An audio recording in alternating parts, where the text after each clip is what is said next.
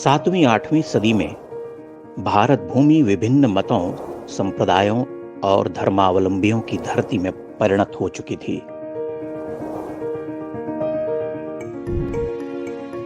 यही काल बौद्ध और जैन धर्म का उत्कर्ष काल भी था। बौद्ध और जैन मत की जड़ें उपनिषद दर्शन में ही मिलती हैं, किंतु बाद में वे वेद विहित चिंतन पद्धति का खंडन करने लगे थे। बौद्धों के साथ साथ जैन मतावलंबियों ने भी इस काल में वैदिक धर्म का खंडन किया। वैदिक धर्मावलंबी पूरी शक्ति से अपने धर्म के पुनरुत्थान में जुटे हुए थे और कई महान दार्शनिकों विद्वानों ने यथाशक्ति उनके मतों का तार्किक खंडन भी किया था। किंतु भारत की इस महान सनातनी परंपरा के पुनर्जीवन के लिए किसी दैवी आत्मा की प्रतीक्षा थी। समस्या केवल इतनी नहीं थी, इस काल में भागवत, कापालिक, लोकायतिक, कार्तिक, ऐश्वर्य, पांचरात्रिक और तांत्रिकों का भी बोलबाला हो चुका था। इसी संघर्ष काल में भारत की धरती पर ईश्वर का अंश लेकर एक चमत्कारिक प्रज्ञा का आविर्भाव हुआ था, जिन्हें हम शंकराचार्य के नाम से जानते हैं। ऐसा माना जाता है कि भूदेवता और देवियों ने भगवान आशुतोष से प्रार्थना की थी। मध्वाचार्य के मतानुसार भगवान शिव ने देवी देवताओं को आश्वस्त किया था कि वे स्वयं मनुज रूप में अवतरित होंगे। शंकर के जन्म काल पर मतभेद है। बहुत सारे विद्वान उन्हें ईसा से 5 शताब्दी पूर्व का मानते हैं, किंतु अधिकांश विद्वानों का मत है कि वे 788 ईस्वी में अवतरित हुए थे। केरल के कालड़ी में उनका जन्म हुआ था। उनके पिता का नाम शिवगुरु था और माता थी विशिष्टा। कथा है कि पुत्र प्राप्ति की कठोर तपस्या में डूबे शिवगुरु से साक्षात शंकर ने पूछा था कि तुम्हें एक सर्वज्ञ किंतु अल्पायु पुत्र की कामना है या ज्ञानी दीर्घायु अनेक पुत्रों की इच्छा रखते हो। शिवगुरु ने स्वप्न में ही कहा कि वह सर्वज्ञ किंतु अल्पायु पुत्र की ही कामना करते हैं। इस तरह से विशिष्टा और शिवगुरु के घर एक परम तेजस्वी बालक का जन्म हुआ। पुनर्वसु नक्षत्र में वैशाख शुक्ल पंचमी के दिन शंकर प्रकट हुए। मान्यता है कि शंकर जन्म के वर्ष भर बाद ही सभी अक्षर चीन्हने लगे थे। दूसरे वर्ष में उन्होंने पढ़ना सीख लिया। तीसरे वर्ष में काव्य और पुराण सुनकर ही समझने लगे। वह बहुत छोटी आयु से ही श्रुतधर थे। एक बार सुनी हुई कथा वह कभी नहीं भूलते। 3 वर्ष की आयु में चूड़ाकरण संस्कार होने के बाद उनका तेज प्रखरतर होता चला गया। बहुत शीघ्रता से वह वेदों का अध्ययन कर गए। 5 वर्ष की आयु में उनका यज्ञोपवीत संस्कार संपन्न हुआ। इसी आयु से वह शास्त्रार्थ में विद्वानों को पराजित करने लगे। दुर्भाग्यवश उनकी इस महान प्रतिभा को देखने के लिए पिता शिवगुरु जीवित न रहे। शंकर जब 3 वर्ष के थे तभी उनका देहांत हो गया। उन्होंने अल्पकाल में ही 4 वेदों और 6 शास्त्रों का अध्ययन कर लिया था। उनकी मेधा और ग्रहण शक्ति देखकर गुरु भी अचंभित होने लगे थे। 7 वर्ष की आयु में ही शंकर वेदादिक समस्त शास्त्रों के महाज्ञाता होकर गुरुकुल से लौट आए। अब उन्हें उस संसार में रमना था जो महायतियों का भाव क्षेत्र कहा जाता है, किंतु शंकर के सामने उनकी वृद्धांबा का प्रेम था। यद्यपि इन्हीं दिनों उनकी माता को ऋषि अगस्त्य ने बताया था कि उनका पुत्र केवल 32 वर्ष ही जीवित रहेगा। यद्यपि वह 16 वर्ष की आयु में ही अपने समस्त कार्य पूर्ण कर लेगा, तथापि इस संसार के लिए उसे 16 वर्ष और रहना होगा। विशिष्टा व्यग्र व्याकुल रहा करती। तभी शंकर ने उनसे संन्यास ग्रहण की इच्छा जताई। माता शोकाकुल होकर रोने लगीं। उन्हें माता का आदेश नहीं मिला। तभी एक घटना हुई। एक दिन वह पूर्णा नदी में स्नान करने गए। जल में उतरते ही एक मगर ने उनके पांव को पकड़ लिया और उन्हें खींचने लगा। वह आर्तनाद कर माता को पुकारने लगे। माता भयाक्रांत होकर अपने पुत्र को बचाने की चेष्टा करने लगी। उन्होंने देखा कि शंकर का शरीर तो जल में डूबा हुआ है, लेकिन चरण कमल ऊपर है। तभी शंकर ने माता से पुनः संन्यास ग्रहण की आज्ञा मांगी। वह कहने लगे कि केवल संन्यास ग्रहण से ही उनकी मुक्ति संभव है। विवश होकर माता ने उन्हें सन्यासी हो जाने की स्वीकृति दे दी। शंकर जल से बाहर आए, मूर्छित माता को उठाया। वह अब भी अपने पुत्र के वियोग की कल्पना से कांप उठती थीं। वह उन्हें मनाने के लिए भावनात्मक बातें कहती। अंततः शंकर से उन्होंने एक वचन लिया कि भले ही वह सन्यासी हो जाए, परंतु उनकी मृत्यु के पश्चात दाह संस्कार वही करे। शंकर ने स्वीकृति दी। माता का आशीष पाकर वह गृह त्यागी हुए।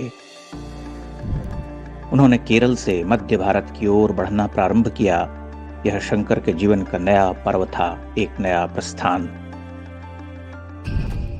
वह काषाय वस्त्र धारण कर हाथ में दंड लिए गुरु गोविंद पाद के आश्रम में प्रविष्ट हुए। 8 वर्षीय शंकर का अद्भुत तेज देखकर गोविंद पाद अभिभूत हुए। उन्होंने पूछा कि तुम कौन हो? शंकर ने उत्तर दिया, हे प्रभु, मैं पृथ्वी नहीं, न जल हूँ, न तेज हूँ, न वायु, न आकाश, न उनके गुण हूँ, न इंद्रियां, इन सब से परे जो केवल परम तत्व शिव है, वही मैं हूँ। गोविंद पाद विस्मित रह गए।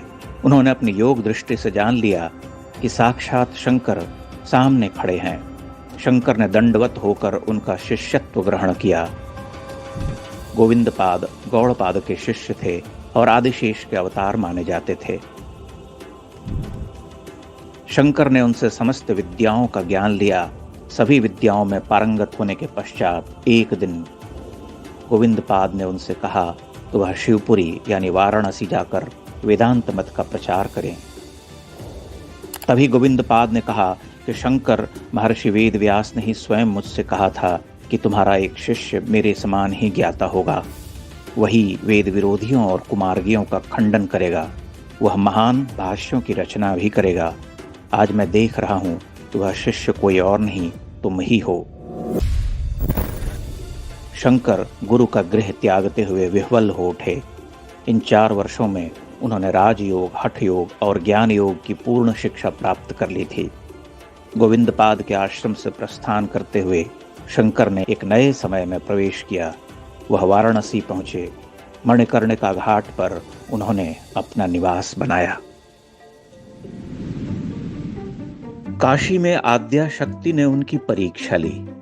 वह एक साधारण स्त्री का रूप धरकर उनके सामने प्रकट हुई थीं, जिसका पति मर गया था। शंकर ने उन्हें रास्ता देने को कहा। वह बोली कि तुम शव से स्वयं हट जाने को क्यों नहीं कहते? तब शंकर ने कहा कि मां, आप अत्यधिक शोक में अप्रकृतिस्थ हो गई हैं, भला शव स्वयं कैसे हट सकता है? स्त्री ने जवाब दिया, क्यों यतिवर, आपके मतानुसार तो शक्ति निरपेक्ष ब्रह्म ही जगत करता है, तो शक्ति के बिना शव स्वयं क्यों नहीं हट सकता? इतना कहकर स्त्री अंतर्धान हो गई। शंकर समझ गए कि बिना शक्ति के शिव कुछ नहीं है। काशी में ही उन्होंने देवी की स्तुति में गतिस्त्वम गतिस्त्वम त्वमेका भवानी लिखा। काशी में ही चांडाल वेशधारी भगवान शिव ने उन्हें दर्शन दिए। भगवान शिव का आदेश प्राप्त कर वे बद्रीनाथ की ओर प्रस्थान कर गए। बद्रीनाथ में वे नारायण का दर्शन करने पहुंचे, किंतु मंदिर में देवता का विग्रह नहीं था। पता चला दस्युओं के भय से विग्रह को नारद कुंड में छिपा दिया गया था। शंकर ने नारद कुंड में डुबकियां लगाकर अंगुष्ठ विहीन विग्रह को बाहर निकाला और उन्हें देवालय में पुनर्प्रतिष्ठित किया। बद्रीनाथ में ही उन्होंने प्रथम भाष्य की रचना की। इसी क्षेत्र में महर्षि व्यास ने उन्हें दर्शन दिए। व्यास ने दर्शन से पूर्व उनकी परीक्षा ली। शंकर की विद्वत्ता और मेधा से अभिभूत होकर उन्होंने शंकर को पुत्र की संज्ञा दी। वेद व्यास ने ही उन्हें बताया कि उन्हें धरती पर और 16 वर्ष बिताने हैं। कई महापंडितों को शास्त्रार्थ में पराजित करना है। व्यास ने ही उन्हें महान कर्मकांडी कुमारिल भट्ट से मिलने को कहा। शंकर प्रयाग की ओर चल पड़े। प्रयाग में कुमारिल अग्नि स्नान कर रहे थे।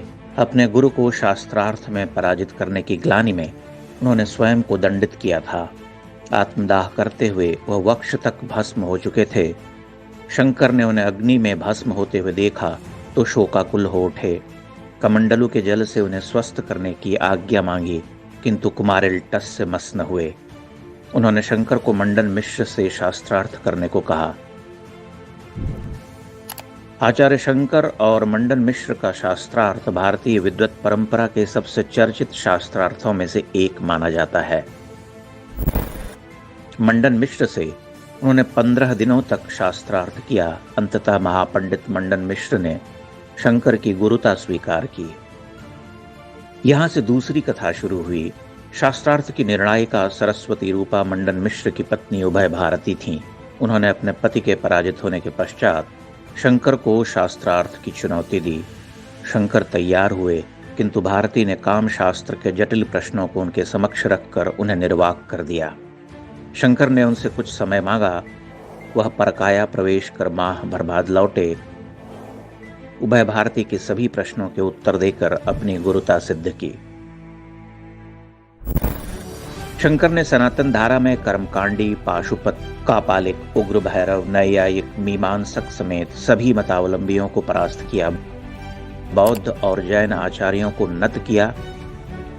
वे उत्तर से दक्षिण और पूर्व से पश्चिम तक भिन्न भिन्न नगरों में घूमते रहे। उद्भट विद्वानों के समक्ष अपनी गुरुता सिद्ध की। भारत की 4 दिशाओं में 4 मठों शारदा मठ, गोवर्धन मठ, ज्योतिर्मठ और श्रृंगेरी की स्थापना की। इसके अलावा अनेक मंदिरों में देवी देवता की पूजा अर्चना प्रारंभ की। शंकर के द्वारा स्थापित 4 मठों में शंकराचार्य की परंपरा आज तक निर्बाध रूप से चल रही है। माना जाता है कि 4 मठों के अतिरिक्त उन्होंने कांची मठ की भी स्थापना की थी। कांची के आचार्यों का एक मत यह है कि शंकराचार्य ने अपने अंतिम वर्ष कांची में ही बिताए थे, वहीं अपनी देह का त्याग किया था, किंतु इसका कोई प्रमाण नहीं मिलता। बहुत सारे विद्वान मानते हैं कि उन्होंने हिमालय के उत्तुंग शिखरों पर अपनी नश्वर देह को त्यागा था। बद्रीनाथ, केदारनाथ के अतिरिक्त कश्मीर और सुदूर पूर्व, पश्चिम, मध्य भारत से लेकर दक्षिण के सभी प्रांतों में घूम घूम कर उन्होंने अद्वैत वेदांत का प्रचार किया, अपने मत को प्रतिष्ठित किया, अति महत्वपूर्ण भाष्य लिखे।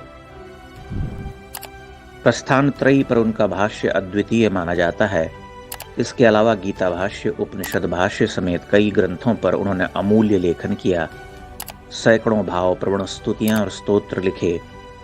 वे एक अद्वैतवादी थे, किंतु व्यवहार क्षेत्र में देवी देवताओं, तीर्थों, पवित्र नदियों की उपासना और आराधना की सार्थकता को समझते थे। उन्होंने शिव, विष्णु, गणेश, शक्ति, युगल देवता, नदी, तीर्थ आदि पर मनोहर स्तोत्र लिखे। आनंद लहरी, गोविंदाष्टक, दक्षिणामूर्ति स्तोत्र, 10 श्लोकी, चरपट पंजरिका, 12 पंजरिका समेत षटपदियों की रचना की। वेदांत का सरल निरूपण करते हुए कई सारे प्रकरण ग्रंथ लिखे। तंत्र ग्रंथों की भी रचना की। शंकर को अधिकांश भारत एक महान दार्शनिक यतीन्द्र के रूप में जानता है, किंतु वे एक विलक्षण कवि भी थे। सनातन के अप्रतिम योद्धा के रूप में उनकी गणना होती है। उन्होंने भिन्न मतों, संप्रदायों में बटे सनातनी समाज को एक सूत्र में जोड़कर हिंदू धर्म का ध्वजदंड गाड़ दिया। उन्होंने ब्रह्म को सत्य कहा, जगत को मिथ्या माना।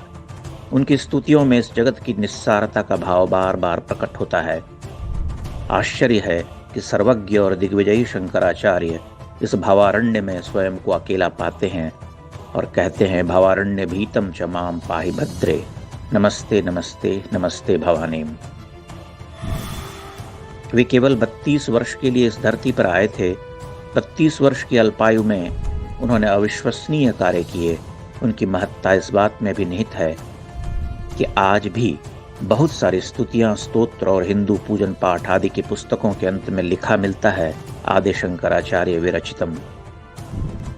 उनकी मेधा और कार्यक्षमता अलौकिक थी। महान यायावर शंकर को भगवान शिव का ही अवतार माना जाता है।